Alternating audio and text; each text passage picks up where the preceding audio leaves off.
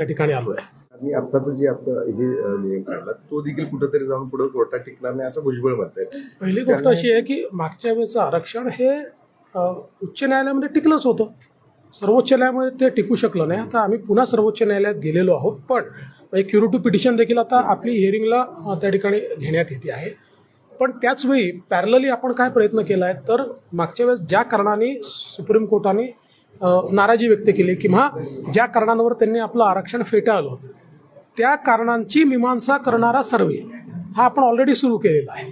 कारण त्यांनी काही 3-4 मुद्दे पॉईंट आऊट केले की याच्यावर सर्वे झाला नाही किंवा याच्यावर अधिक सॅम्पल असायला पाहिजे होतं, तर ते आता आपण करतोय. त्यामुळे पॅरलली ते देखील आपलं चाललेलं आहे. यांनी असं सगळं नाराजी व्यक्त केली, त्यावरून नारायण राणे देखील म्हणतायत की आम्हाला हे मान्य नाही. अशा पद्धतीची असं आहे की वैयक्तिक प्रत्येकाची भूमिका असू शकते. भुजबळ साहेबांशी मी देखील चर्चा करेन, राणे साहेबांशी करेन, नेमकं काय केलेलं आहे